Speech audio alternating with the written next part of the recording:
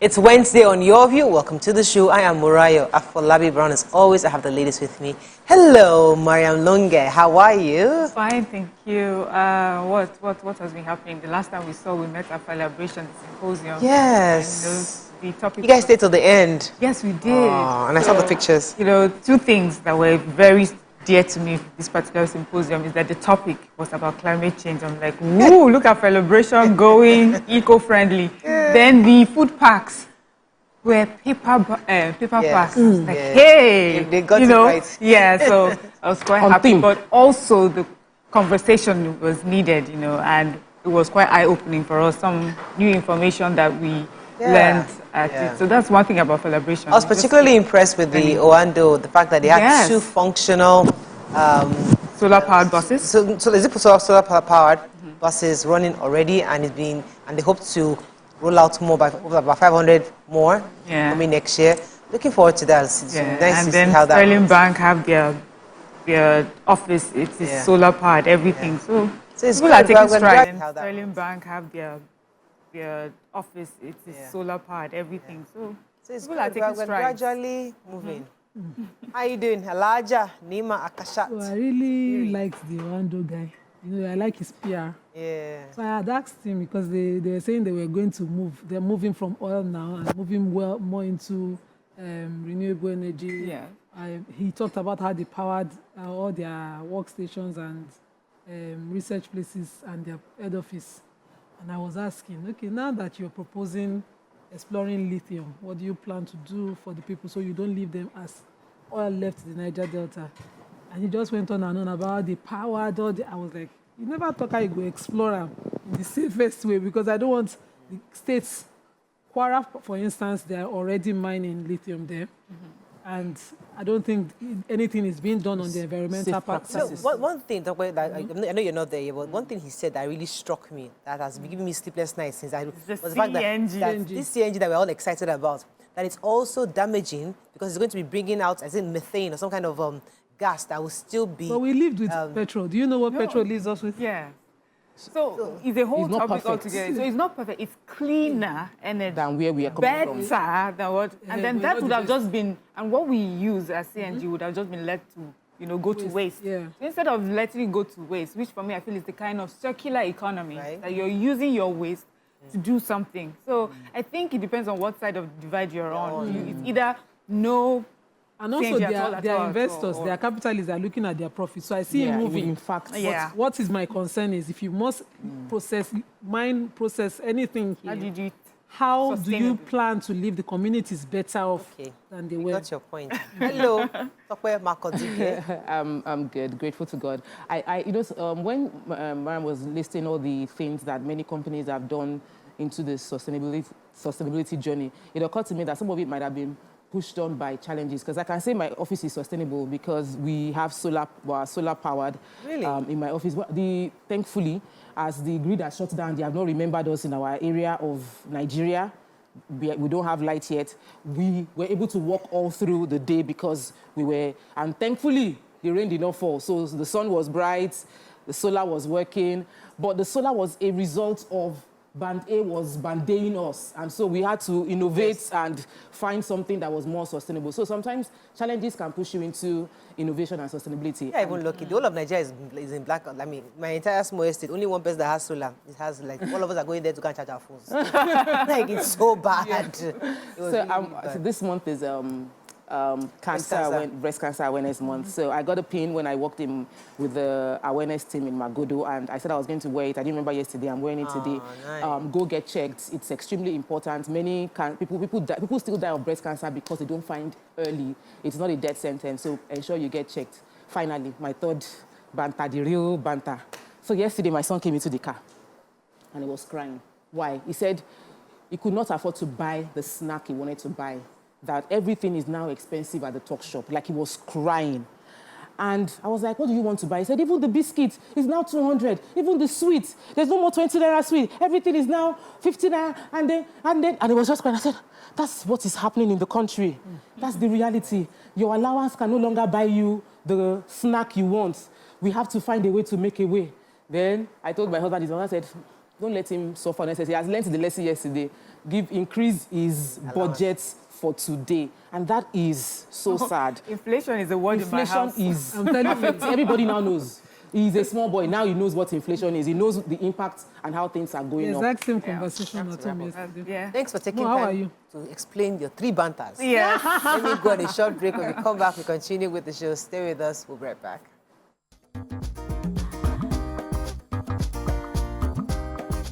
Stay tuned. Your View will be right back. Thanks for staying with us. We're going to start with The Nation. Economy in upward swing, very promising, says Cardoso.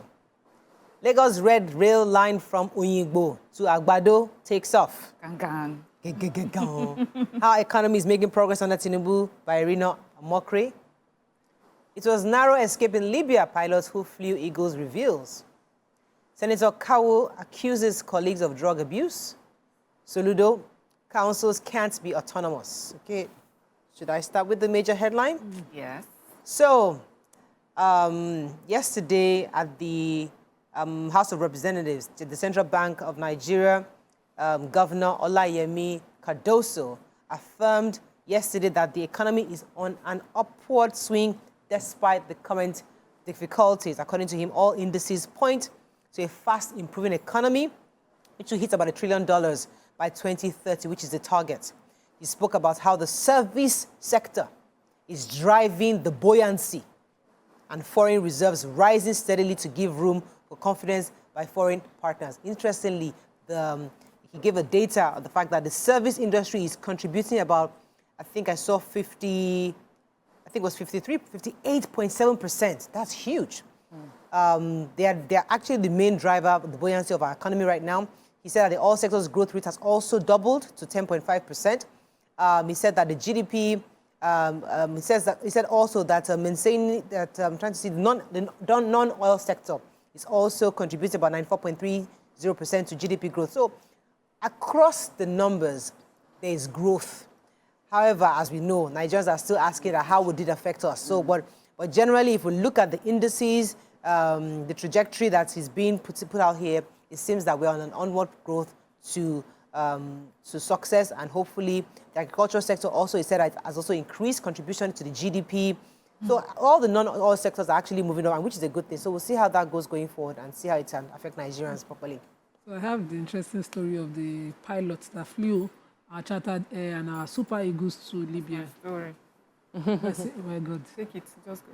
Okay, go ahead. Go ahead. It's okay. So he, recounted how the trip was and says that his knowledge after working in Libya for 2 years was what saved the day.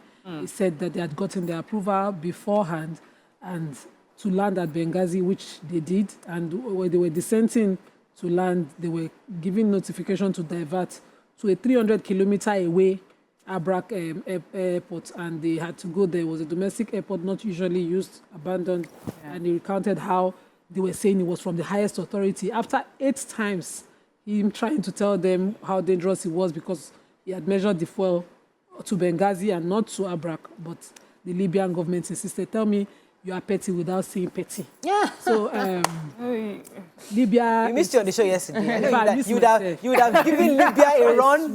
You would have.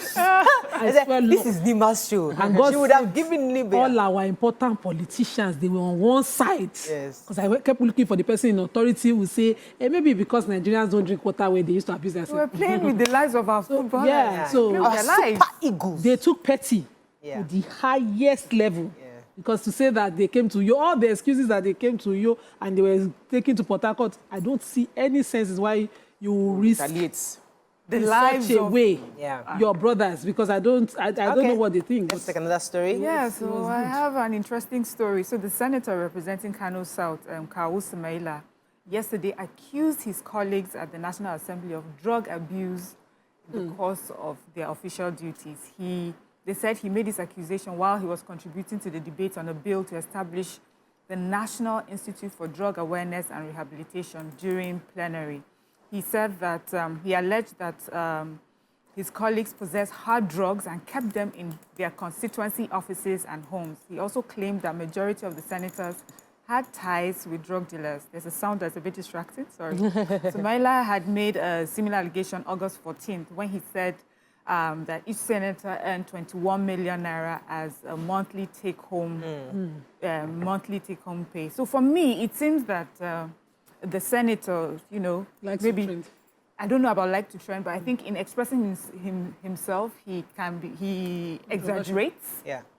And usually, you know, with accusations and allegations like this, it's very important that you have facts and you're able to defend yourself, because what will usually happens after allegations like this is you come out to what's the word? Yes, to try to explain how you said it or what you meant to say. Right. But anyways, he's suggesting that going forward, if you're running for elections or about to enter into office, everybody should take a drug test. Like he can beat his chest that, you know, there's some people that actually have this You know, he drug was that meant they to take. swallow the last one he said, and I'm wondering, why do you just like controversy? Give us video evidence and let the Of NDLA exactly what is Right, happening. okay. Okay, so the Lagos Rail project kicked off yesterday. By 5:20 p.m., the governor, Babajide Sanwo-Olu, signaled that the commercial operation of the Red Rail line, which goes from Oyingbo all the way to Agbado, with the governor serving as, and the ground staff, they were all there. It is now official. It is going to ease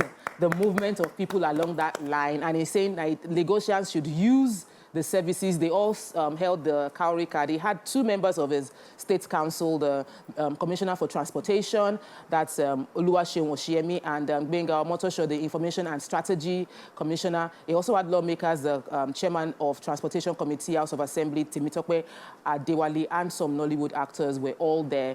And he asked that Lagosians should engage this form of transportation.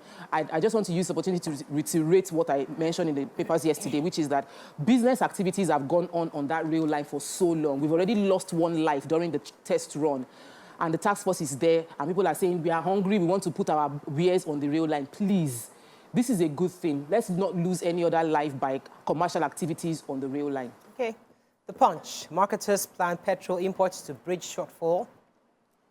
On your dam, anxiety grips Ogun community over fresh flooding. Naira among worst performing currencies, says World Bank. High petrol price pushes inflation to 32.7%, says report. Fresh crisis hits Rivers as pro-Fubara Wike lawmakers clash. PDP crisis, the Magum gets reprieve, leads Ondo campaign. And AFG plans cash transfer to 20 million poor Nigerians.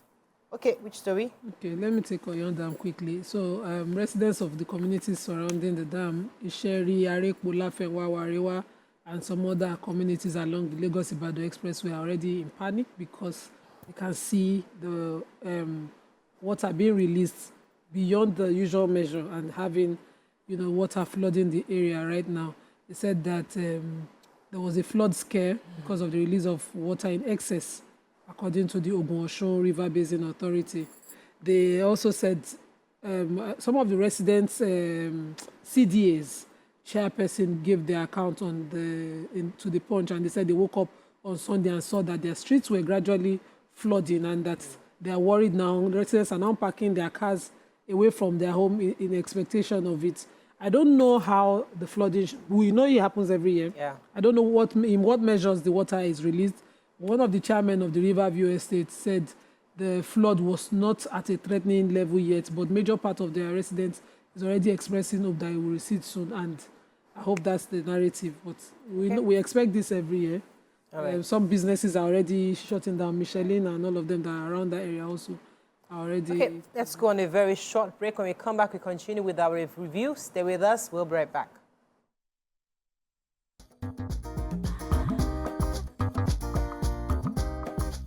Stay tuned. Your View will be right back.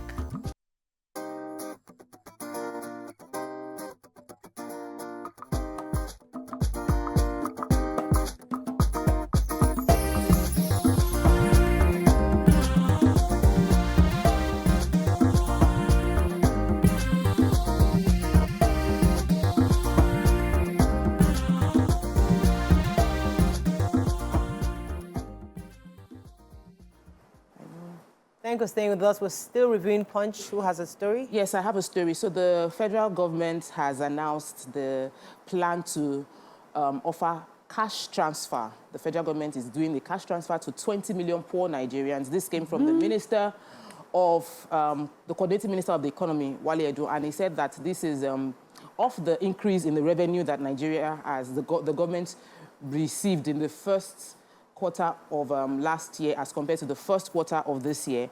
And they are going to be using that to provide social intervention, that there are different programs, but one of the programs they want to do is a direct cash transfer to 60% of the poorest, and they estimate they'll be reaching out to 20 million persons. He said this would, that there are many other economic reforms, that there's a comprehensive proposal that would help to stimulate jobs, create jobs, stimulate growth in the key sectors of the economy. But this cash transfer I'm taking the story with, like, can we not? But I know people that are going to receive it will be grateful for it. But on the holistic level, I just feel it's the low-hanging fruit that will make us feel like we're doing something. And really, we're not really doing. I realize that what Nigerians see as progress is when you just give the handouts. That's what majority want. Yeah. Even the handout is always very unfair, because I sit with people who I know need this cash transfer, and they never, ever, nobody has ever approached them, but they get their details for billing, they get their details for election. Nobody gets their details for cash transfer. Yeah, I have a such an unfair arrangement. All marketers have said that the volume of PMS petrol produced by Dangote refinery is currently not enough to meet domestic demand. And so these dealers have aligned with TUC to demand that the refinery either ramp up production, as this plant was producing about 10 million litres of petrol daily, as against the 25 million litres that was earlier promised. So NMPDR had come out to assure dealers, marketers that, that 25 million litres daily is what the refinery will be producing. But everyone is saying, that stakeholders, that that's not the case. And that if not because of the high price of petrol and diesel, that what would have been seeing really serious queues, that it's just that the prices have actually stopped Nigerians from bringing out their cars. Like, many people have parked their cars.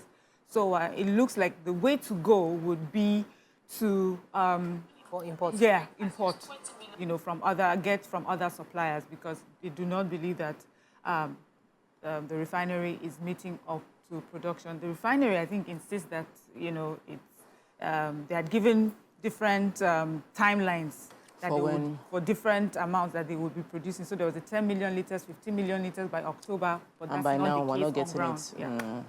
Okay, so the Naira, according to World Bank, has been listed amongst the worst performing currencies in sub-Saharan Tell me something I don't know. 2024. This according to the latest edition of Africa Pulse, a new report by World Bank. As of the end of 2024, August, Naira had depreciated by 43%, making it one of the region's weakest currencies alongside the Ethiopian currency. The depreciation, according to reports of the Naira, is attributed to several factors, including surging demand for the US dollars in the parallel market and limited dollar inflows and delays in foreign exchange disbursements by Nigerian Central Bank.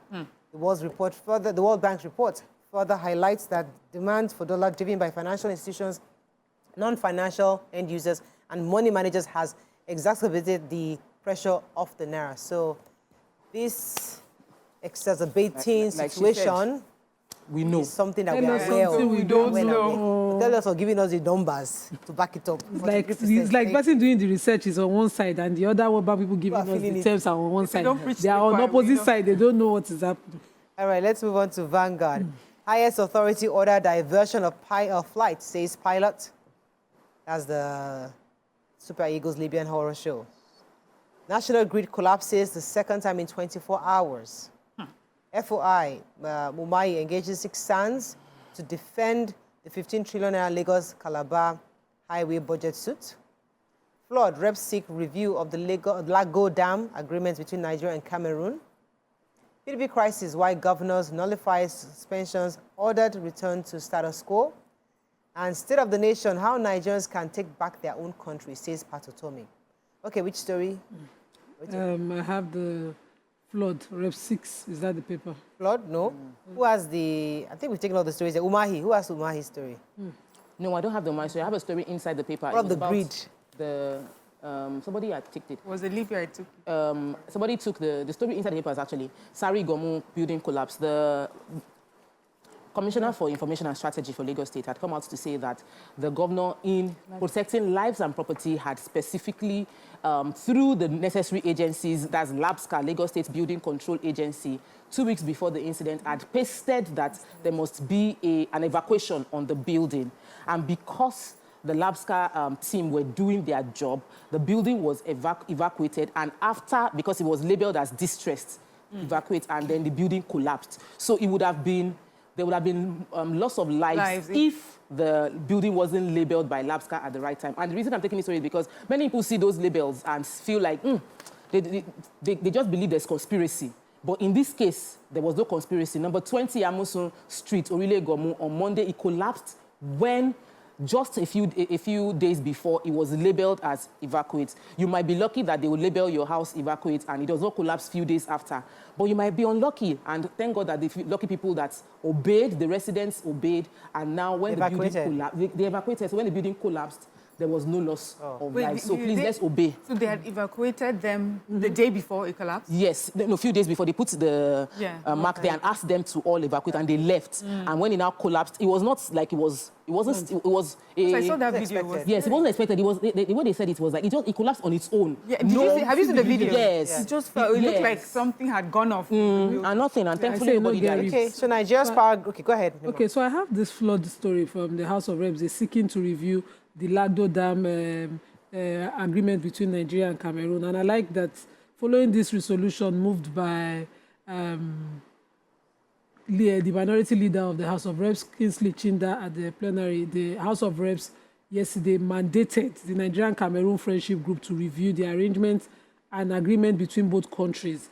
They also mandated the Federal Ministry of Water Resources and Federal Ministry of Works to expedite the completion of the Dancing Hausa Dam in Adamawa, which is supposed to buffer and absorb some of the water released from the Cameroon Lagdo Dam. The House of Reps also mandated the Ministry of Environment to undertake a comprehensive study of the impact of climate change. And I like that the House of Reps member, what do you call it? The Honorable had reviewed how this continuously affects lives in the states that are bordering around the dam. He said whenever this water is released, every year you see Borno, Adamawa, Benue, Taraba, and Kogi start to suffer some kind of loss. And this dam has continuously been released over years. I like that now they are doing something. Hopefully before the next release, we'll have something. Okay. I was talking about somewhere to hold the water because there are certain states in the north where you see drought. They need the water. They need the water for farming. So let's have to start to build channels. Okay. Nigeria's power grid has collapsed for the 7th time this year and the 2nd time in 24 hours, throwing the entire nation into darkness. So it was not only you, that was darkness. The grid recorded its 6th collapse in 2024 yesterday and was followed by a swift recovery before the system again collapsed. In the notice, the Ikeja Electric said, please be informed that we experienced another system outage today. And then similarly, Ecodisco also sent a message to all the customers. I'm not sure about it. They did not send message, Joe. Ecodisco said they sent message. Maybe your text message is not working. They sent but to most, you. yes, most, yes, I got the one from Ikeja also. So other states, let's see if they told you, because Ikeja and Disco, Eco here told us. Last week they carried the story. Darkness that told us. So we are currently working with our partners as we hope to speedy restoration. Actually, so we'll see you're how right. that It was the darkness that told me, then I checked and I realized they had sent us. Okay, so Vanguard. Hi, okay, I think we already took Vanguard. Let's move on. Yeah. Nigerian Tribune, our final paper this morning. PDP governors resolved the NWC crisis. Your government arranged auxiliary on 17-count charge. World Food Day. Nigerians groan as prices of food items continue to rise. FG and ASO agreement. Yayali Ahmed heads 53-member renegotiation committee. PDP flags off Ondo governor campaign as Makinde demands the deployment of the state rec. And court orders Very Dark Man to remove defamatory content about Falano and his son. So I have World Food Day. So as the countries all over the world are celebrating this day today, Nigerians are lamenting the high cost of food items. Some of them took to social media platforms to talk about the consistent increase in price of food. The Tribune did a report, went around Ibadan, and to find prices.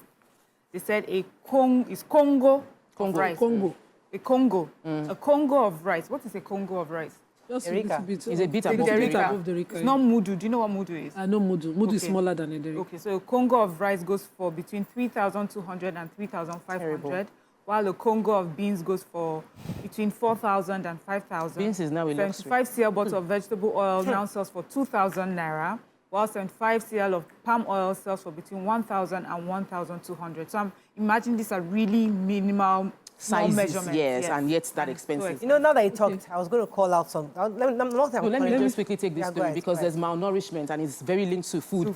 The International Committee of the Red Cross has expressed concern over the number of hospital admissions of malnourished children in the Northeast as a result of severe food shortage. And they're saying this is the first, in the 4 years, this is the highest number of crises. It's a combination of two things: climate change and the conflict within the area. And there are children, they said by the, as we get into the end of the year, into next year, 6.1 million people would not have enough to eat in the coming months based on these issues. And we need to say it. So it's not about the food being expensive, it's not even available. So we need to talk about that, and government needs to have a and we saw the effects in celebration. Every year I've been going to celebration. When they give us rice in celebration, big. Did you come back for your food? Big, of course I took it. Big chicken, one meat, and they put moi. And this year? This year, there was no moi. It's only jollof rice. Jollof rice, and the meat was very small. Asaro. And no asaro, God bless you. That asaro used to be fantastic. Oh, God. And they didn't get a sponsor for the children's debate. Yeah, I'm saying, so celebration had to be cut down a bit just because of the hardship. But when I saw that, because I was looking for that rice, I told Auntie Kate, that my shrine rice. I always, This one, they did not let He gave me. This wasn't shrine rice, it was just jollof. It was just jollof rice. The signature left it. I was. But I want to quickly take the Falana story. So the court granted the ex parte application. Ordering, Falana had brought an ex parte application that's immediate, temporary, to ask very dark black man to take off all the defamatory content that he had put up about the SAN, and the court ordered it immediately. And the court also said that even though he knew that what he was publishing was false, he went ahead to publish it. So we're looking at phase 1.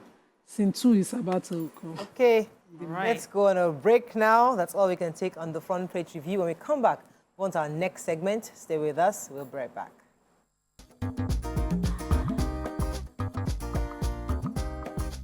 Stay tuned. Your View will be right back.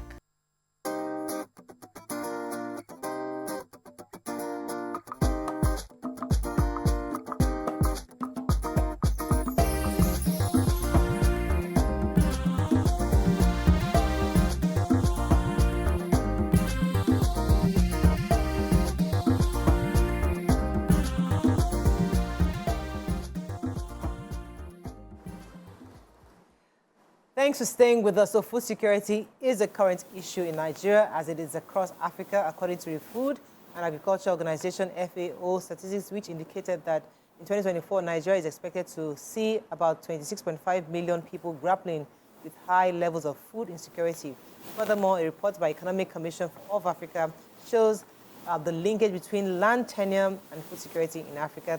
So joining us right now on the show to talk more about this, Executive Officer of Wale Agro, Nigeria Limited. Welcome very much, Mr. Yusuf Adewale. Welcome to the show, sir. Nice to be here. Good to have you. Thank you. So tell us, why are you so passionate about solving this food crisis, insecurity in Nigeria? Well, it all started during my childhood, during the military era, where there was economic hardship and there were high increase, in food prices. So my parents were working in a university environment, and salary were not forthcoming. Things were on a very high side. Fortunately for us, the university gave them access to farmland, and then they were able to make use of that land to cultivate enough food. So during those seasons, we were just enjoying ourselves. There were food everywhere, and we were also selling some of this food as well, and then giving out to our neighbors. So that's actually, I started developing passion, agriculture. If this can solve, can settle us, can save us during this season, then it can save as many as possible, whereby they can cultivate and then has enough food, be able to sell to people, get income from it, and then they will be fine at the end of the day. So I believe if people have access to farmland, have access to input machineries, and then capital, then they will be able to scale, the seasons of hardship and then food inflation in the country. People say that when we remove the problem of food, all the rest are easy to solve. So how strong are your belief that creating these farm estates can solve the issue of food insecurity in Nigeria? Let's do a brief throwback on how we started as a country. During the 1950s and 1960s, during the Awolowo era, whereby young men and women were brought together, the large expanse of land were given to them to cultivate, machineries, everything was made available, the infrastructure, everything was made available, and then they started cultivating, and then the data shows that Nigeria increased its food production during those eras. But since oil came, we've diverted our attention from agriculture. And hunger the warriors. So our production started coming down. During those times that people were engaged in agriculture, we can say the largest producer of cocoa is Nigeria, oil palm, groundnut. I can go on and on like that. But since we diverted our attention from agriculture, we started scaling back on production, and then here we are now. So if we can bring that, that same policy back, where we engage a lot of, young men, women, provide the infrastructure, everything, the land, the machineries, the inputs, make the road accessible, extension services, the knowledge aspect and everything. I believe it's just a matter of time, we are going to the top, So I find it interesting, you're talking about the military era and the food insecurity at that time, but here we are 2024, we're dealing with levels of food insecurity as well. We took a story in the paper talking about malnourished children. What do you think is the cause of this increasing food insecurity that we have in Nigeria? What can we do, to salvage the situation? Okay. And then, I got some data that says something about 9.4 million Nigerians are undernourished. That is not a small deal, at all. And I was wondering if you could just shed some light on that. The major problem we have right now is insecurity. Farmers are not able to access their farmland.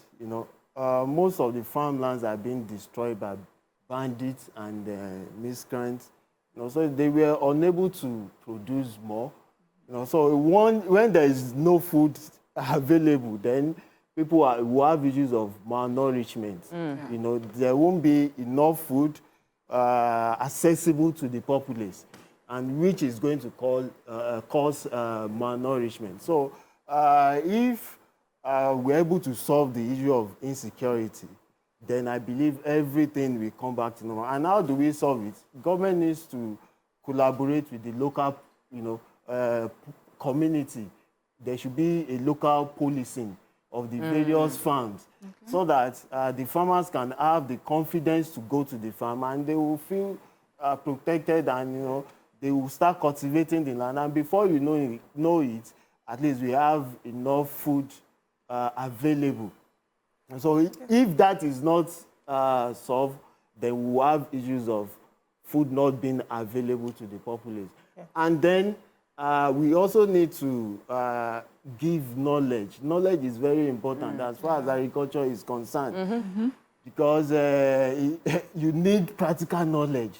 There are people that should be training the farmers on the best practices, what is needed to be done, how to do it, and then once they have that knowledge, they will be able to practicalize it on the farm, and things will come to but the government has already built farm settlements, and the goal is to have educated young men and people generally, encourage into making a career out of agriculture. That already sounds like the government has done something remarkable. So I'd like to find out if you think the government is doing enough in the area of access to fund for the people that they have now put in the farm settlement to be able to create agricultural businesses from their initiative. Yes, government is doing little it can, but they still need to do more. Now, the old farm settlements that are being established, government is now trying to revamp it, to bring in, technological, infrastructure, make it accessible to the farmer. But government needs to do more. There are some farm settlements that are yet to be revamped, which government needs. If we do not revamp all those farm settlements, we'll still be having... What do you mean by revamp? Some of the farm settlements are in bad shape. The structures are dilapidating. So they need to rebuild them, make the road accessible, provide tractors, all the implement there, so that people can walk, farmers can walk, and then we'll see improvement in food. Let's talk about your company. I mean, what's your company doing to support young people who are actually trying to get into farming? What are the challenges you've seen, and how have you been able to overcome them? Well, what we are doing presently as an organization is to make sure that people have access to farmland, and then in a very secured environment, whereby they can do what they want to do. There are tractors, there is security. They can collaborate and synergize together among themselves, and then they have the access to buyers. That is also very important. You don't just produce without having an market ready that will take it up. So those are the things we are trying to, we are providing for people, so that agriculture can come back to where it was before. People can have enough food to consume. People can have money as well, by when they sell their produce, and then everybody will be okay. The nation can, prosper and grow. Fantastic. So, I wanted to talk about storage. Are you also providing? So there are certain farm products that if we store them, there will be no fluctuating prices. Perishable ones like tomatoes, where there's a season, off-season for certain kinds of it. And we don't, apart from, having markets readily available, we do not have storage. You see so much wastage. Are you also looking into that? Yeah. Those are some of the things we are doing. We have storage for yam. We have storage for, tomatoes. And then we also have, many warehouses on some of our farm estates for soybeans and all of that. So, because storage is very, very important. If you produce and then you're not able to store it, you are losing your money, the income, and then at the same time, people will not be able to have access to these things to consume. So storage is very, very important. So some of our farm estates, we have storage facilities where we store, yam, tomatoes, soybeans, and some of these things. It's one step at a time. I believe as time goes on, we'll be able to have storage facilities for some of these staple crops, so that we'll reduce the spoilage and then we're able to increase it. I need to wrap up with you. Is there any final message you want to give your Nigerians listening to you this morning? What I will say is this is the time every Nigerian must go back to agriculture. Last month, I was passing through my 12, and I was like, let me just see the prices of what is going on. And then I drove into the market, And then I asked for yam. Could you imagine that a yam of tuber was 5,000 naira? You can't imagine. You know, it's a reality. 5,000, I was like, wow, in this country, how do we get to this point? About 79 million hectares of agricultural land, and we are selling a tuber of yam 5,000. Dear Nigerians, it is time to go back to agriculture. We need to eat what we produce and then produce what we eat. Yeah. Thank you. Well said. Thank you very much. Well said. I like your outfit too. Let us go on a short break now. When we come back, we'll move on to our next segment, our hot topic of the day. Stay with us. We'll be right back.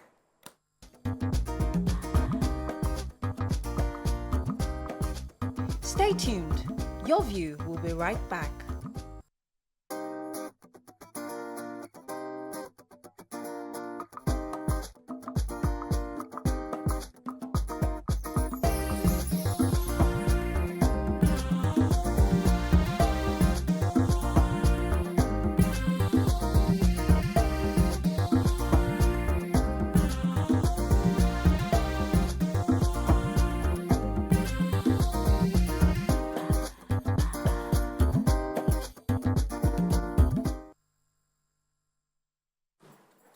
Thanks for staying with us. So the federal government has introduced plumbing, hairstyling, and other vocational skills into the basic school curriculum.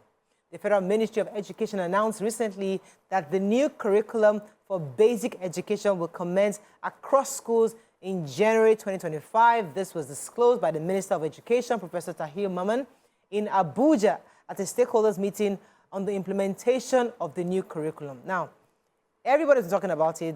People have different angles and different perspectives to this. What are your own thoughts? And that's beautiful. Of your view, we have a phone line. You can call in to share your thoughts with us. Call us on 081-0764-1679. You can also send us messages on X and also on YouTube. We'll be happy to hear your thoughts. So, I mean, we've always said it on this table somewhere that we need to kind of diversify education. Yes, some would believe that they're rather skill set than the academic knowledge of things. So they would rather that than go into academics. But what are your own thoughts on this new policy and the fact that they're starting as soon as January 2020? That's like in a few months. Yeah. Are they ready? So there are many, it's a good policy. Like Nigeria, yesterday we were saying that Nigeria we don't have a deficit of ideas. We have many amazing ideas. We have challenge with implementation. We come up with these ideas and we have not put in the structure to support effective implementation of the amazing ideas. So you have all these new courses you want to introduce. Do we have enough teachers to implement these amazing ideas that were put together? Because even in my kids' school right now, they said as they resumed, a week or two after they resumed, one of the CRS, that's the Christian Religious Study teacher, resigned. And so there was a gap because one person is struggling to take the entire, we're trying to get someone to fill in that role. And I'm like, CRS shouldn't be a scarce subject to get a teacher to handle. But guess what? There's a bit of challenge in CRS, yeah. Yes, there's a bit of challenge. Christian, yes, religious study. Even Yoruba or language, yes. Igbo, so when you bring in plumbing and all these other courses, do we have teachers that will be able to teach them who understand how to teach and are very skilled? Because you can have the skill and not know how to teach. Have we spent like 3 months of letting them understand how to teach children as opposed to teaching adults? Like it's an amazing idea. I know it would improve the number of skilled workers that we have. Till tomorrow, we still bring in tilers from Cotonou. We bring in plumbers from there as well because they seem to understand the skill better than our own people, and they do it seemingly better. So I feel it's a good idea, but we need to have some things underground. Then when you now have these plumbers and tilers and all these amazing people, what about the feeling of this is less than, we all went to school together, but I'm a plumber and I feel less than the dignity of labor. In other developed countries, a plumber is not looked down, they don't look at the plumber and say, you still get well paid, you can live a comfortable life. But here, so there are many let me small things that we need to use to this developed world, it didn't happen overnight. they grow into it. Yeah, true. There was a time where plumbing was a menial job. There's no menial job. We refuse as Nigerians to gradually get into these things. Don't have to switch and do a 360 and get there. No, we can. That one is even the easiest one to do. The one about getting teachers that are friendly and of all the number of plumbers that we have at our skill acquisition center, they cannot come to primary school and teach children. I want to make it complicated. It's not that hard. It's not that easy. It's not that hard. It was easy when the government of Lagos started their skill acquisition centers and people were going there. I know a lot of graduates from those places in fashion, in welding, and all of that. And it wasn't a perfect system. It was an idea somebody had and said, okay, let's just start. This one is a welcome idea. As you have said it, all of us welcome it. Let them start immediately. I remember when I thought of the idea of my daughter, my kids not doing 365 days of a year academics anymore. And my daughter was 4 years old, and I said she had to go and learn hairdressing. Everybody thought I was weird. Now everybody on the streets their children are learning. I remember that I bought her a bag. I said, this is your hairdressing. This is your lesson. You're going for lesson. Summer holiday. I put a comb inside. I said, go to the salon. The woman that was supposed to teach her was lost on the idea. I looked. It was only me that saw the vision. Even my husband was like, are you okay? 4-year-old girl. When she came out of that place and was doing twisting, say, at least we achieved twisting this year. Don't worry, next year we're going again. At 5 years, and she could weave shuku. If you see, the father was the one that was coming. We were both coming from work. I had picked him up that day, and he saw his daughter. She had finished the shuku on the door. And he was like, did you do this? The woman said, and actually, since morning she did it. It's 2 hours since she did come here. She don't do them. He felt so proud. So it doesn't always, the vision doesn't have to be very clear from the beginning. And there's no child that cannot be taught any of these things that we're looking down. When the videos now surface from Japan and China, we'll be like, see here, 9-year-old picking for China, see education. They will now do comparison. They will now go to one school that has dilapidated. They will put picture. They will put the picture of those ones. I see those ones, they had a perfect plan when they started it. Let me get There's no perfect plan. Yeah. So, you know, this conversation for me is, first of all, I wanted to ask, is this new because it's primary school? Or is it just new secondary? To us? This is secondary, right? Because I remember in secondary school, we all had to bring hoes because we had to till the soil. It was part of like the agricultural program, you know. We had home economics. So we learned to cook. We learned to do like table mats, to embroider fabrics. There's so many things we were doing. Then there was intro tech. So introduction to technology. We were putting wood together, measuring protractors and things like that. So this is so for me, this isn't new. But I just don't know. Maybe since the time I left school, if it's something that is not done anymore. So it's not new, and I think it is a welcome idea. It's something that we should encourage definitely, and it's something that can be woven seamlessly into the curriculum. It doesn't need like a special school to go to. It just has to have the different times in the period that you can do this. But now, I agree with Tokwe where she said, policy has never been our issue. Execution of these policies, implementation that has always been the problem. And so that's why I disagree with you, Nima, where you said, if it comes out of Japan, we'll be talking. They do it properly. That is why we see how they, you know, that's why we see it and we admire it. Sometimes, even at the time when we were doing in secondary school, there were some of these topics that I know that they just did it so that at the end of the day, they can say that we put them together to do it. Sometimes they don't really put you through the process of teaching you to learn it. It's just you're so many in a class, there's so many other subjects to do, and so they just push you during the home economic class, you have got your orange, you have done this, be going, do you understand? So it has to be done properly to make sense, to achieve the goal that the government is willing to achieve. That is my problem with Nigeria concerning a lot of things, and I hope in this case, it is different. That's where I want us to hop on, because ideas are a dime a dozen. Everybody's got great ideas.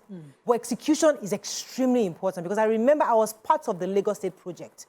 And I remember the amount of work that went into setting up those comprehensive schools. There was data, like a bit of a pyramid where all these kids come in, right? And as they get into GSS 3, they drop off. Either somebody gets pregnant or the parents cannot afford to continue to SS because of the demands of SS when you get into senior secondary school. So many factors. Some get into drugs and they just say, now I can read and write. They just move on. So the pyramid was getting thinner where those who get in for GSS 1 at the point of SS3, they are fewer. They're almost less than half. So what the solution therefore is that when they get to GSS3, let there be a division where those of you that want to learn a skill go this way, those that want to continue academics go this way. Now, at the end of the day, you still meet up at the end where you are still certified. You're not just earning hair, making hair because I want to be makeup. No, you get actually certified where you still do your academics because you still have to do your exam, NECO at the end. So all of you are still going to meet back here and still do your exam. So when you graduate, you are not just, you are useful. So you don't have to go into university, you have something. So that takes a lot of planning. It takes a lot of, because teachers, you need private entities to partner with you. So my question is to the federal government, have you thought this? Because ordinarily Lagos State, when I did how much work, and they were only able to roll out for 12 schools. They were planning for 50 more schools, and they've not even gone to up to 50. They are just still doing 12 schools. It's not beans. So the Federal Minister for Education, Professor Taimam, I just wanted to correct her, says this new curriculum for basic schools, saying that basic schools mean primary schools. Yes. So that's where they will start. And he said private primary schools were required to adopt the new curriculum and update their curriculum for secondary schools as well. So this is happening for both primary, and that's why I welcome it. That's one. Okay. Two is that they do not need to perfect it so that they will not have it in pipeline. And they are putting in committees and committees to perfect it before we start seeing it. Like I said, start and perfect as you go. So that it's not these children can be 10 in class or 100 in class and they have only one orange to share, to do the dissecting of the orange. Until they perfect it, yes now, and find ways to increase resources, they should start first. That's my own. No. You know, I said, I'm not talking about another person's child. I'm talking about my kids. Yeah, we know. And I see how easy it was if you engage children. Now, this is me just doing on my side, but we know that we need these children academically as well as skillfully equipped. And it's not something that when you miss, I always say, my husband always argues that they will learn it anytime. No. There are certain year gaps that when you miss it, it will cause worry. And then when you say, okay, now, federal government have come now, minister have said that they should start teaching them. The school will now say, we are taking time to go and buy tongue, comb, hot one, this, that, for the people who want to do they don't have a pipe for plumbing. That's reality. No, start immediately. If the government if the government has a budget of 100,000 naira per school, share it and buy if it's one pipe, one whatever, and let the kids even see. It is the Nigerian parents that will carry placard and be shouting, it did not reach my child. They only have one. Let me tell you what private schools can do instead of us buying Ankara. Mola is calling from Ijebode. Thanks for calling. You're live. Good morning. Good morning, sir. Yeah, this is Ademu. We are calling from Ijebode. You're live. Your cousin from Lagos, Luther. Yeah. My sister, there's something I want to let you know. This is Ademu. You are not Ademola. My sister, there's something I want to tell the lady in blue. When we were in our days in school, we had large numbers of students in class.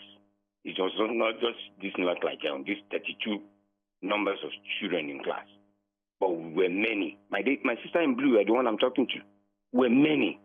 But out of that period, we were compelled. It's either you will be asked to bring cutlass to school, hoes to school, and before you know it, I personally had a small farmland of which I practice. Now I've returned back to Ijebode from Lagos. I have my own personal land. I have my own personal farm. Everybody shouldn't say because education is the key. Education is just for us to do what? To be able to communicate, know what is right from wrong. If government is bringing back these curricular activities, I surely want to give them a thumbs up for that. Because let me tell you, the major thing now is, if you even have ask an adult, that do you know how long it will take pepper to grow? It will tell you, can I take that time? Can I stand in the sun? And I must tell you, there are teachers for it. There are teachers for it. It's because they are old enough now, even older than the so-called new NCE graduates. And there is no job for them from the past. We started losing all these curricular activities when our president, Obasanjo Atiku, started registering private schools. When ministers started having their own means to register private schools. Oh, hello. I'm so sorry. I was really like, enjoying what he was saying. We have to go on a short break. When we come back, we continue this conversation. Stay with us. We'll be right back. Okay. Stay tuned. Your View will be right back.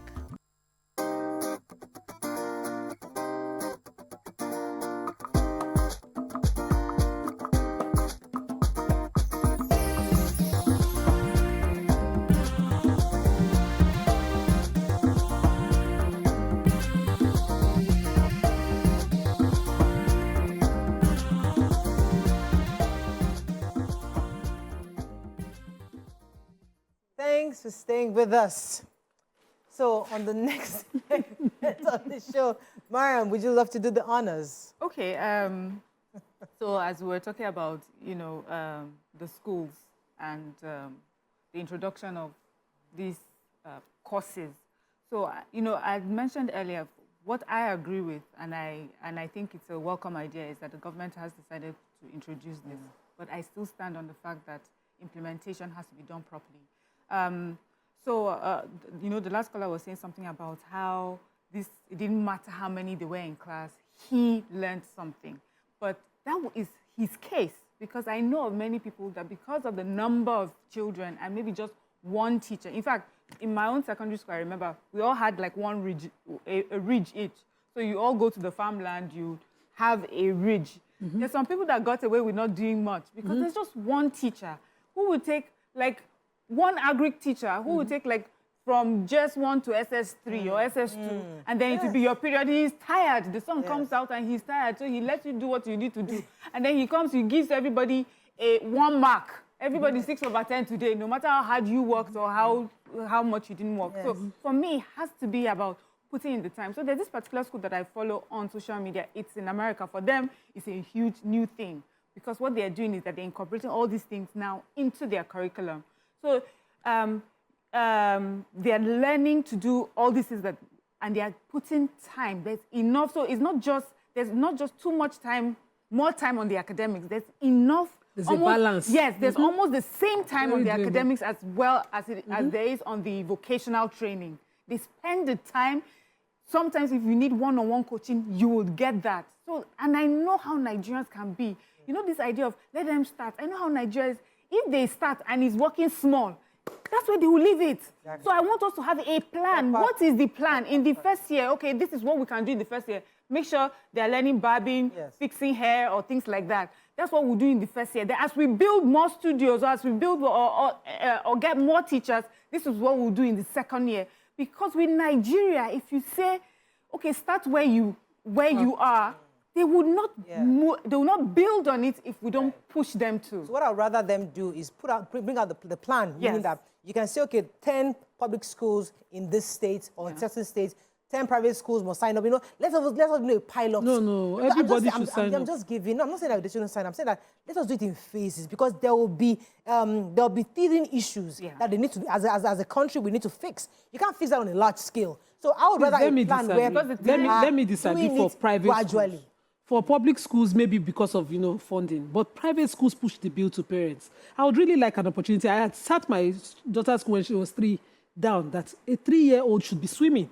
Why are we afraid of this? And they didn't want to put in the work.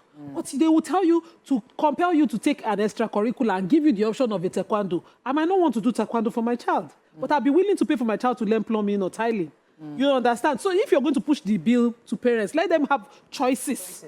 Compel schools. Then private schools should not be giving phases. Everybody should join the curriculum the way Lagos State compelled them to join the curriculum for Yoruba language.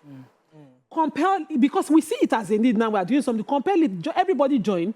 You find your resources how you are. So you're in private, when you find your resources, no schools in Ojo that they have time to sew Ankara for Friday and sell it to 6,000 per 2 yards. They can find... They can find the... He's talking about pay. They can find the 6,000 for 2 yards to the skill for parents. So you know what you are paying for something worthy, as opposed to one nylon and Ankara imported from China that you're compelled to wear for your child. Let's talk about you want to talk about this? Yes. So when we spoke about CNG and it was such an amazing idea, and months down the line we still have a huge deficit in number of places where you can do your conversion. We have a huge deficit in the number of filling stations. We'll find that happening here too as well, where you have this amazing idea and then we're struggling with implementation. So in my kids' school, there's a particular person that we did a program with, something Bright Minds or so, Macho Minds. Macho Minds, Abacus, and he came up with the idea. It was a good way to stimulate the brain. We did it, and now they've inculcated it into my children's school, where it comes a day of the week to take all the children.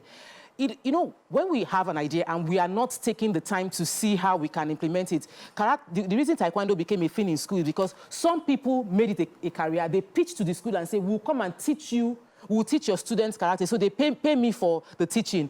We need to have that same system so that we are creating a new kind of job for people. So if you make an announcement and say that by the next session, we will need to register 500,000 teachers across Nigeria who will be able to teach plumbing, this one. In that one session, people will go to school just to be able to say, I can now start teaching plumbing in 3 or 4 schools. We are properly now creating jobs. But when we announce implementation, announcement is so sweet in Nigeria. All of us now start dancing. We are flagging off the new road. No construction has happened. We flag off. That is my grouse. Dance for the flag off. That's my grouse. It's tiring. That's my major grouse, because we celebrate these things. You see, I'm also asking the government something. What is the bigger picture? Because as a nation, there's got to be a bigger picture. There's something we're going. What are you trying to achieve? If I just start teaching sewing, teaching here, what exactly? Some countries will say, okay, in the next 20 years, we want to become a manufacturing hub. There's a target. Schools know this is the bigger picture. Nigeria is going to become the manufacturing hub of Africa, or we're going to be the service hub where we're going to be everything. So, it's a vision. It's got to be a vision. People are now working towards it. So that is what Nigerian schools, hospitals, them NGOs, everybody's not aligned to that vision. Don't just be announcing, we're not adding. What is that going to do for us? Okay. What is the roadmap? That's my worry. This federal government announcement. Nobody needs to go to school just because they want to qualify to teach a skill now. That's not what we should be looking at. We have skillful people in these fields who do not have paper certification. Hassan has been waiting. Oh, so sorry. Can I pause you, please? Sorry, Hassan. Thanks for calling. Are you still there, sir? Good morning. So sorry, Mr. Hassan. Good morning. You see, the essence of this program, newly introduced program, the essence of this program by federal government, from my own point of view, is about catching them young. Catching them young. Because from primary school, we are catching them young. You see, we are living in a class-struggling country where everybody wants to be in an office, dishing out orders. You know, abandoning the real issue of dignity of labor. Go to Cotonou here, very close to us here. We should go and learn how they did it. Children of 15 years, 14 years, knew how to plaster, how to set blocks, how to do a lot of things. Go and learn. You don't have to go to Japan. Going far to Japan, we are going too far. It's because we have this inferiority complex in us. Anything Oyibo man is doing, we do it. Oyibo man is engaging in homosexuality. We are taking it to be a pride. We are jumping into it. So the issue now is this. Is for us to be serious about it. To be serious about it. And the long-run benefit of it is this. It will take care of unemployment ravaging the country. It will even later in future, the government of Nigeria will streamline this issue of this Japa. They will begin to streamline it to the extent that they will begin to export skilled people outside the way Filipinos are doing. You understand? And a lot of things will come to work. Look, all this paper qualification, me as far as I'm concerned, today, I have something to do with my hands. Leave paper qualification, it's not just going to be blowing English all over the place. Good morning. Much, Hassan. Nima. Thank you. I wanted to say the end picture was just to create employment and remove this class that is making people shy away from the most important sector and think everybody wants to carry a CV and come and give you and find work in TVC. That kind of example. And as I was saying earlier about responding to the skill, the person does not have to come with a certification from a school. It can be Baba Carpenter right in front of the school, and he will qualify because he did the carpentry for the school. And the chairs are good. I don't agree. I totally agree. Once we put the book before it, Baba will carry his skill that he has only transferred to his son, who also does not have a WAEC.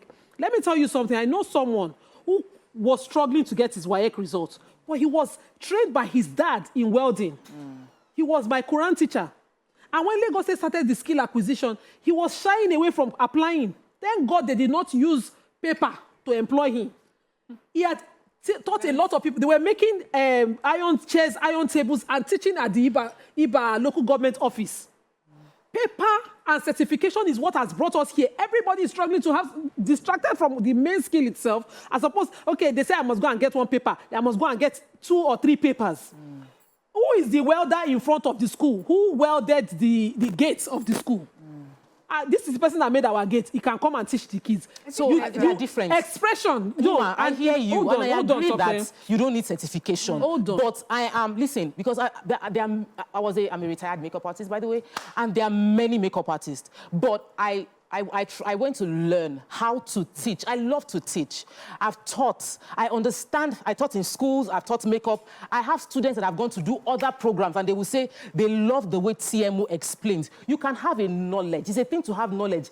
It's another thing to know how to transfer that knowledge. So I might know how I'm nailing it together, but I will tell you, this is why we're nailing it together. This is how...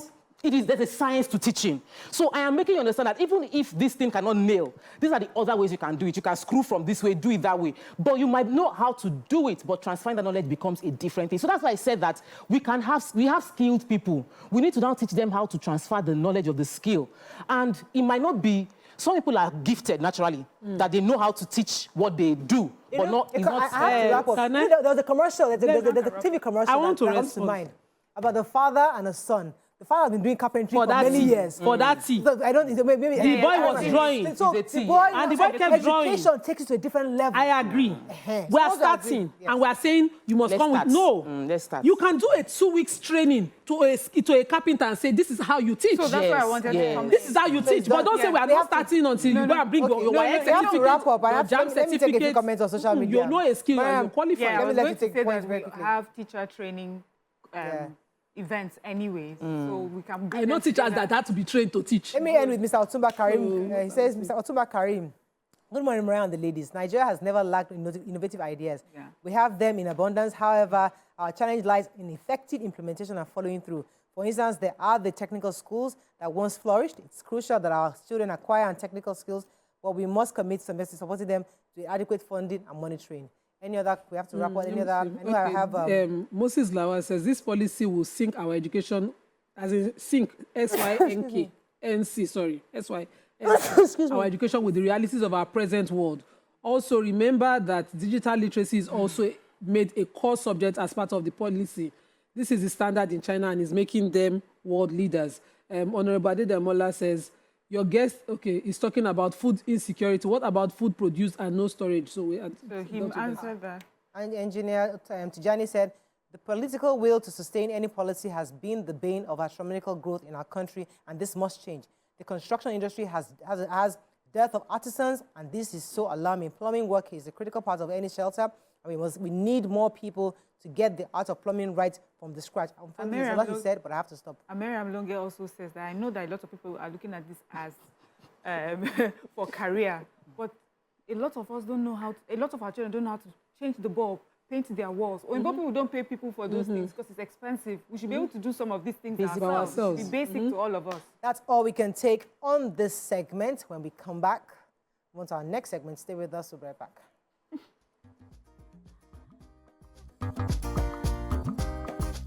Stay tuned. Your View will be right back.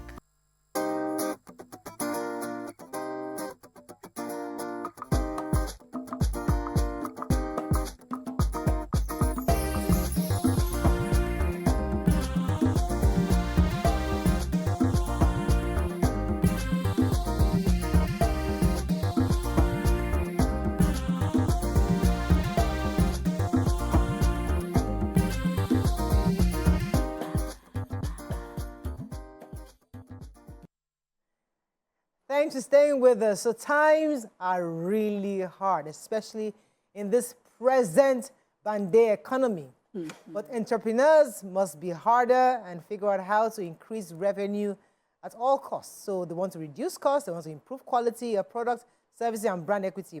These and many more we'll be discussing with the serial entrepreneur, Mr. Ezekiel Sholesi. Welcome to the show, sir. Thank you very much. Welcome. So on Wednesdays, we like to bring in entrepreneurs who have actually grown businesses, who have actually sustained their businesses, and who are finding a way around this economy that we are in. I mean, things are not easy. People are not smiling. We went to the market the other day, and the prices are astronomical. So that's why when we bring people like you, it's just to show us the way. How are you doing it? How are you surviving? So let us first of all start with your role as an entrepreneur. What brought you into that space, and what are the kinds of things you thought that you'd be able to achieve being an entrepreneur? Okay, so my journey kind of started early. So I got into business right out of school. I never took a job in my life, right? And it started early for me because, you know, when I was in school, we had a situation where we got into a place where I had to become financially responsible, right? Which a lot of people consider bad, but it turned out to be good because when you had to figure out your pocket money, figure out part of your fees, you know, and the likes, you turn out... Tough times make tough people. Exactly, you know, so that's pretty much how I started out. And I then got into a few businesses, one of which is a manufacturing company that I, of course, started with my dad. But I've always had sort of like the passion to be able to teach people. I ended up in a private university, and one of the things that annoyed me was how a lot of people from rich homes didn't seem like they had a plan. So I and a particular friend of mine started this thing called Purpose Group. I mean, he's also successful now. He has a $7 billion solar energy business. Wow. You know, and the like. So we started that. So that's sort of how my consulting eventually, you know, sprung out of that. Now we have 4,000 people in our community. We have 47 of them that do over $1 billion a year in revenue, even in these tough times. So because I know your community, and I've heard you speak, and the numbers are shocking. Yeah. And especially when you mentioned what they were earning a year before, what they are earning a year after. I've not heard you speak in the last 1 year. So, and I know that this 1 year has been hitting a lot of businesses. Yes, I'd like to know what if you're still your community is still generating that result, because I want a sense of hope of what is possible. So if you think about it, times are tough. But the thing about entrepreneurs is that we can sit down and cry about how bad the country is, but we have to clean our eyes and ask, what are we going to do, right?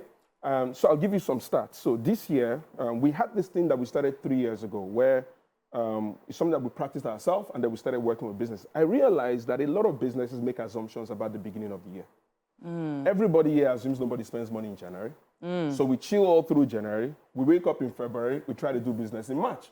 So we started this thing 3 years ago where we said, look, is it possible to do everything you did in the whole of last year in the first 90 days, right? This year, we worked with about 37 people.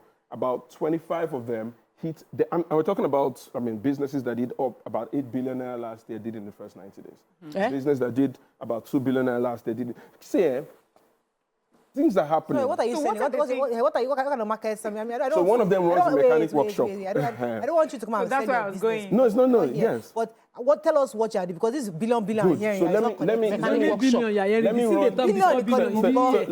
run you through. Talk about the mechanic workshop. Let me run you through exactly. one of them. So one of them runs a mechanic workshop in Owerri. Okay. Not even in Lagos, right? So we sit down with this business and realize the whole of last year, they saw about 700 different vehicles, right?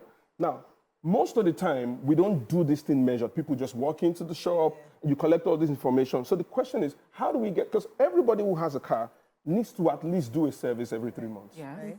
If you get all these 700 people to do their service in the first 90 days, you would hit everything you did all of last year. Exactly. It's really that simple. But the problem is that a lot of us don't, we just allow business and life happen to us, right? Really? So somebody comes into your shop or comes into your business, you've collected the data, the person bought biscuits or the person bought water. what are the chances that they would need to buy that thing over and over again over the next 6 months? Mm. Right? And if that chances exist, why are they not buying it from you? Oh. So what do you do for them? So the first thing we like to do is to get people to keep data. Okay. So I'll give you an instance. So there's this pharmacy business who, most people that open pharmacy business, we have this pharmacy business that we've worked with over a 3-year period, it hits over $1 billion. So, so this pharmacy business, we collected data, and I'm going to say something I hope is not, it's a good thing, but a bad thing at the same time. So we collected data, and we wanted to find out how many people that live around your pharmacy who use your service have diseases that are not curable. It happens. So because if I have malaria, I can take malaria and I'm gone. It's until when malaria hits me again. But if I'm dealing with high blood pressure or if I'm dealing with all these things, I'm going to need consistently. Because if I need it consistently and somebody buys a drug that suggests that they have that kind of problem and they don't come back in 30 days to buy again, somewhere else. Chances are they forgot, so they had a crisis, so they bought it from wherever it is that they got it. Or they went somewhere else. Question, how can we prompt them in 25 days to let them know that, oh, your drug is about to end, can we send it to you? You know why I'm loving what you're saying? Yeah. Because it actually makes logical sense. I buy my kids the stuff they take to school. Their snacks. Consistently at the same place. If that store has my data, they'll be reminding me that, Ma, you bought a box, and you have 4 kids. This thing should have ended, because I always wonder by that. Somebody should be alert to remind me to buy the snacks. So you are very correct. So a lot of businesses don't do So that. what I hear is that a lot of businesses is lost from negligence. Yes. Not consciousness. And a lot of money consciousness by paying attention. Exactly. I mean, if businesses just pay attention, they would make a lot of money, right? Because one, if somebody, for example, buys, so one of the things that we do with real estate people, because we say, look, every customer in real estate, anybody who's bought from you must give you 3 value. One is testimonial value. Second is referral value. Third is repeat value. So at any point in time, I must find a way to get those 3 things out of a customer. So somebody has bought property from me, right? People who buy properties always buy. If they've not bought from you in 2 years, they bought from somebody else. So the question is, what conversation are you having? So one of the guys that we worked with, we said, look, this person has bought from you. The person is a doctor, lives in the UK, is bought from you 3 years sparingly. So I said, go back to the guy and say, you know what? How about I help you develop a plan to have $1 billion in real estate assets over the next 10 years? The guy said, how do you mean? Good. You don't need to spend $1 billion to have $1 billion in assets, because this thing is, appreciating really fast, right? So by the time you do the calculation, you might realize this person needs to spend, I don't know, 500, 700 million over the next 10 years. So now you have a plan. This guy is going to owe you 70 million every year. So you wake up January 1st, you have 10 people who are working to give you 70 million. Let me not lie to you. When you walked into the show, I forged you. I forged you. I looked down. I looked down. Underestimated. I forged you. Underestimated. You not wear suit. You not look like Wall Street. You came here looking like you came for a long time. Relax. And then you're not giving us strategy that is. I feel like jumping, because I feel like I can start a business in helping people saying what they are saying. I can start a business telling people to start gathering data of their customers. This is huge. It's important. So what we start to do is that we now start having people. So I'll give you another instance of a business. So we had this business in Anambra that we worked with. They're also in real estate. So they did about 1.8 billion last year. They got into our program. In the first quarter, they did 2.3 billion. But when he sent me the message, he sent it to me with sort of like a downside. And the downside was like, oh, they are gearing up for the rainy season. So I said, what's happening in the rainy season? He said, because sales is always terrible in the rainy season. I said, so why is sales terrible in the rainy seasons? Because most of the activities in the East is driven by the market. And in the rainy season, there's not much activity in the market, so there's not much activity there, so sales can happen. I said, good. I said, it's good that we know that. So I invited them, they came to Lagos, we sat in my office, and I said, the reason why you're having this problem is because you're only thinking about people in the East. I said, because now Lagos is having a problem, there's demolition, everybody's angry. Everybody was looking for where else to put their money. Businesses in Lagos are trying to open up real estate companies in the East to sell something for, but you guys are in the East. So the first thing we did was say, you know what, put a billboard. We put a billboard right opposite Computer Village saying, secure investment in the East with a company in the East, right? We got the figure in September. They've done 7 billion. Yeah, because it's just simple. The Igbo community are one of the most cash-rich people. If an Igbo man tells you he has 100 million, he has it. If a Yoruba man tells you he has 100 million, he has maybe 5 million and 95 million in convertible. Why? No, but it's true now. Yoruba now. But so you know your what they carry in liquidity. I mean, he has 5 million somewhere, 95 million that they can convert. But so you're talking to all these people who actually have money. You're in the East, they can trust you quite easily. So the thing is, most people, what happens is that we do business like it's a mystery. Right? We do business like it's a mystery, you know, and so we pray. You pray to God to be able to bring customers, and you don't need. See, God. I will pass to God. God don't vex, but God is not in the equation of how you get customers. He's still in the equation. Yeah. You know the reason why I said that?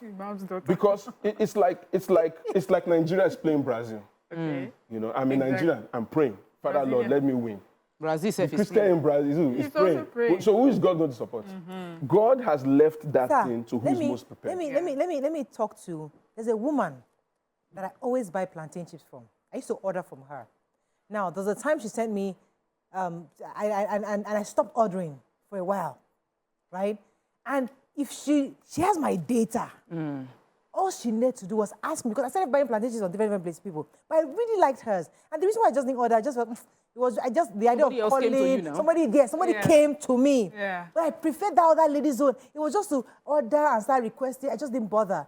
But imagine she had my data. She knows Maria has not ordered this in 1 month. She should have contacted me. And if she did, I would have ordered from her. So in the simplest form, is really knowing your customers. It is. Yeah. And following up. Because that money, and make sure every 2 weeks, Mariah orders plantain chips from me. No, once you see me eating plantain chips for somebody else, you know that you've lost me. So you're constantly, you're close marking me. Every 2 weeks. Let's help him. We have plenty of businesses, at least, but I know Nima has rice business. And that is a business many people... Somebody spoke to me yesterday about cement, that because of the way cement price is going, they are already predicting that it might be a challenging season. Rice also, people that do rice business, they're already like thinking, this Christmas, will people buy rice the way they buy rice as gifts because it is now very expensive? This is like reality of expensive market. How can we maintain let's deal with our income when there are challenges? You have a rice business. So the question is, who are you selling to? Are you selling to end consumers who are buying? Are you selling to people who are using it as gifts? Are you selling to people who run a restaurant? Because that's the first thing I want to know. Right? Who's your customer? So who's the customer? Because while you can sell to everybody, you can't market to everybody. Okay. Right? So let me take each instance. So let's say you're selling to people who are, end users who are, buying it. Eat. So the first thing that you have to realize is that people would eat rice. It doesn't matter. The question is whether they're buying from you. So what could be your USP? Oftentimes, it could be convenience, right? How do I find a number of people who they don't have to stress themselves to buy this thing from me, right? So you could sell convenience. If I'm selling to people who use it as gifts, right? So what organizations, so for example, real estate businesses like she runs and all these people, they will give rice this December. So how many real estate CEOs do you have as friends, right? You need to collect as many of those people as friends. So that you can say, are you not giving to your customers? You suggest to them, are you not giving rice to your customers? You know what, we have this rate now. If you lock it in now, you won't have to buy it in December, right? This person has bought 100 bags, this person has bought 200 bags, you bought 100 bags. Sorry, Nima. Right? It's even Nima I want to... Because people, you know how we always look, when we want to talk in Nigeria, we always expect the other person, like it's their fault, they're the ones supposed to call me to ask for the services. Because I bought rice from Nima before. Nima is waiting for me to order rice. I am your customer. I'm just trying. I'm bringing it home to the conversation with you. Nima knows me as a potential because I have bought for rice from you before. But Nima is not asking me, Demerel, tell your rice, has it finished? Because she's as a person, you're waiting for the customer to be able to go and find you. And what you are saying is that we, the ones who are selling, we must be the ones to be telling the customers and be reminding them. Not finished. No, The rice not finished. in fact, How many customers can you tell? I would even go one more better. How much rice do you typically spend in a month? Do you eat in a month? My rice takes a quart, like 3 months. One bag of rice will take about. So one bag of rice, how much is a bag of rice? 75,000. So that means you have a market value of about 300,000 to 400,000 naira to high in a year. Yeah. So the question would be, what's the cost of getting that kind of business? I would say to you that, you know what, if you order from us every single time, we need your birthday. What happened? On your birthday, we would send you 2 kg of rice, just as a thank you for your business. We're maintaining that. Right? So, because every business must know their customers. I mean, one of the things that we promote in our community is somebody in your business, somebody in your customer sheet must know the name of somebody inside the business. Right? So even in my organization, we do 300 calls a day. Wow. Yeah. And even I do 20, 30 calls every single day. Why? And we're not calling to just try to sell to people. We're just calling to find out what these people are doing. What's happening with them? What's changing in their lives? Yeah. You know, because the thing is, the moment things shift for people, even the things they regularly would buy, they feel a need to want to change whoever they're buying it from because they think that person is expensive. But the thing that plugs that thing out is the relationship that you've built.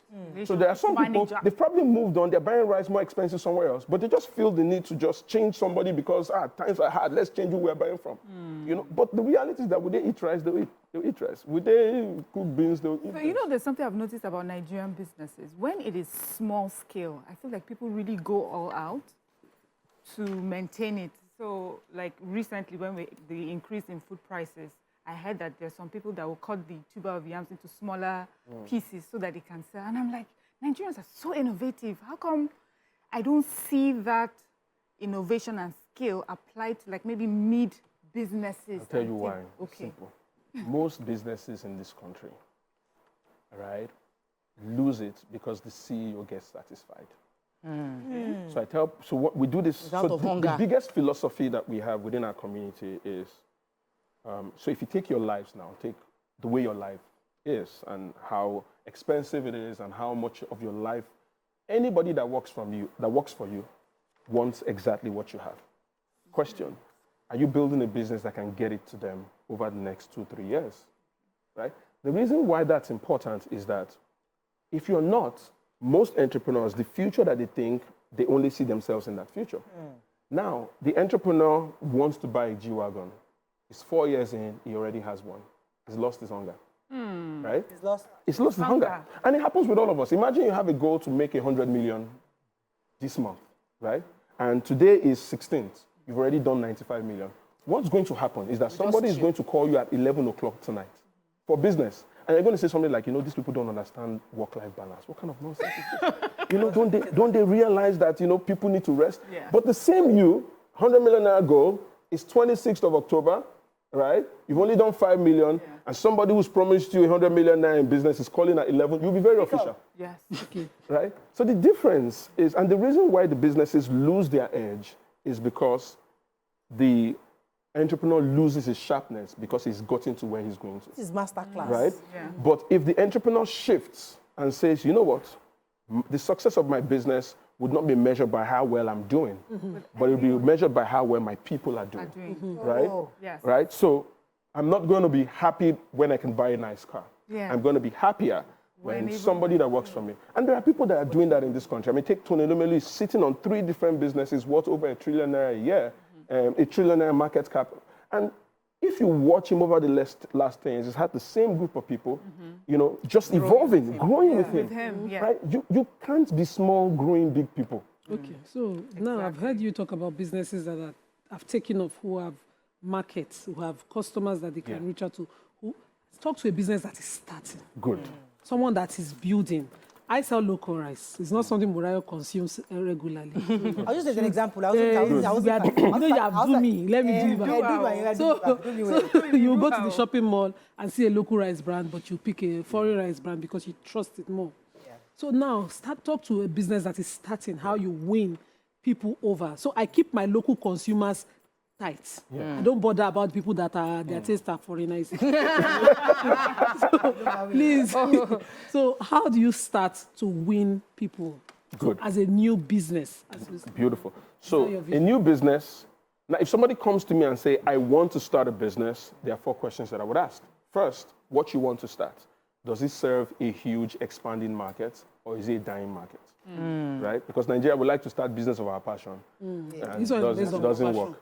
So, well, but maybe you have enough money to follow your passion. If you don't have enough money, don't follow passion. I'm willing to put my... Follow where the business is, right? Because if you follow your passion, you can still make it work, but it costs a lot more, right? Because now you're talking about local rice. So you have to do a lot of education to let people realize that local rice is better, right? So which is the second thing? Is it in its time? If it's ahead of its time, like yours is, you have to spend a lot of money to educate people, right? Third is, what's my point of difference? What would make somebody move from I want to buy a phone to I need an iPhone, or I need a Samsung, or I need, whatever it is. And then the fourth is, can it give me leverage? And then the fifth thing I then like to discuss is, if you're small, get plugged into a community of people. It's easier to sell to people. I always say, look, the easiest thing, you're a small business, you want to kick off, find your customers inside a community or follow them into a community. I'll give you an instance. So within our community now, we've facilitated more than 5.6 billion naira worth of transaction inside. Somebody wants to do painting. In fact, today's Wednesday. Today what's happening is that people are talking to each other on the groups about, okay, this is what I do, how do we do business together? The likes. Why? Because you find people inside a community, you can do big business. If you're a small business and you don't have a lot of marketing budget, find people inside the community, right? Even for me, when I started out doing, trainings and all that, it was difficult because most of the people don't want to pay for training. So what I did was that I went to microfinance banks. So I went to microfinance bank and said, look, people are owing you now. They say, yes, so they're not paying. I said, one of these why they're not paying is because they don't have the money. So can I do a free training on marketing and sales for your people? Just gather all the people that are owing you. If you tell them to come for training, they will come. They're already owing you. They will come. When they come and then you teach them, they see the value in it, I can get some people for myself, right? So I'm solving the bank's problem and I'm also solving my own problem. I didn't get that message. So I have. How are you going to call for me? The bank needs their people to be empowered so that they can pay their debts. Right? These people are owing you because they don't have the money. I got right? Do you understand? So if they get better, in fact, that particular microfinance man moved on and said, okay, can I do expert in residence? So one day, a month, I'll sit down to bring somebody who will do strategies, blah, blah, blah.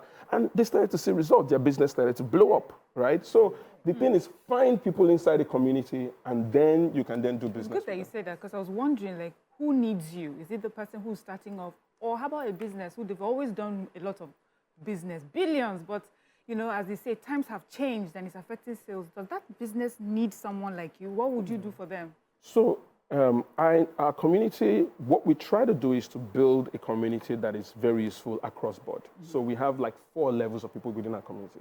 So there's the guy who's just starting and I just have an idea, blah, blah, up until their first 60 million in revenue.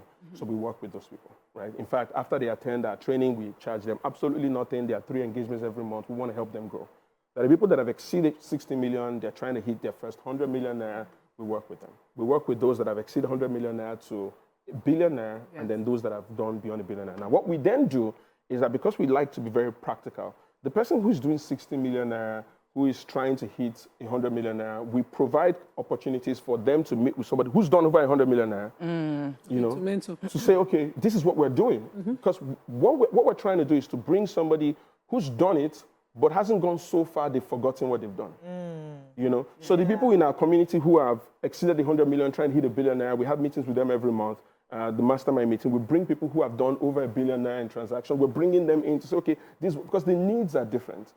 At certain points, you need to be better structured so that you can access international funding. At certain points, you need to even know whether there's a market or not. I have to bring you back home now because you're talking to entrepreneurs. I think Nima tried to take us there. There are people that things are very difficult. Yes. They don't know how to find that one thing to start a business on. They're not sure. They're not. Yes, they are passionate. I say don't focus too much on passion, but how can they find that one thing that is marketable, that is sellable, that has a market, or that's viable? If you are starting out, you don't know what to do, sell. Find something that's already selling, find the company, get it, and sell it. It's the easiest thing in the world. And it's the most powerful skill in the world. I go to a Nima, give me the rice, I'll sell So, for you. for example, I don't know what I want to do with my life. I come to Nima and say, look, you sell local rice. Good. I'm going to find people who need the local rice. And I'm going to get the rice. I'm going to sell it. Please say it again. You need to say it that. Yeah. It's not like you come and collect my rice. No, because You find the market. No, you find the market. Get the money, and I will give you Exactly. Say it again. So in business, if you don't have money, you sell and buy. Yeah. You don't buy and sell. Come on, be Right? writing me. You go, you sell, you find. That's how I started business in school. When I was in the university, that's what I did. Almost out of time. I sell. So there's something. So you've last year you did Strategy Factory. You do every month, right? Yeah, we do that. Yeah. Strategy Factory every month. But you did a conference last year, and I paid. I did not go. So let me now tell you what happened. So I deferred, and the feedback I got from the people that went, they were like, you must be here. I didn't even pay with the intention of going. I paid so that my staff can. You know when they say, do you understand? So this year, I was not negotiating with him that the money I paid last year, can I use it this year? It's in November. Oh, so okay, you're here because of the conference. Just talk about. We can talk about it. So it's about. Okay. So it's a convention for business owners that are looking to sort of scale their business up to the next level. But it's also about networking. Yeah. Right? So we created it for networking. We have some of the best entrepreneurs. We have the first female president of Mauritius coming.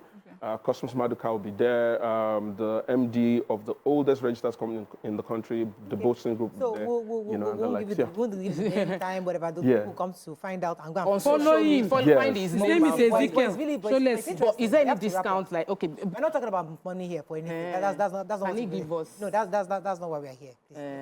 I mean, but we thank you very much for your wisdom. Thank you. I like you for the fact that you've been able to learn from you. We wish you the best and hope that we should have more strategy. We'll bring you back. Because there will be different ladies. Places. Everybody was listening. Pin drop silence. Thank you. Thank you so much. Thank you so much. Thank you so much for the opportunity. Okay, that's all we can take on today's show. Have a great day. We'll see you tomorrow. Bye for now.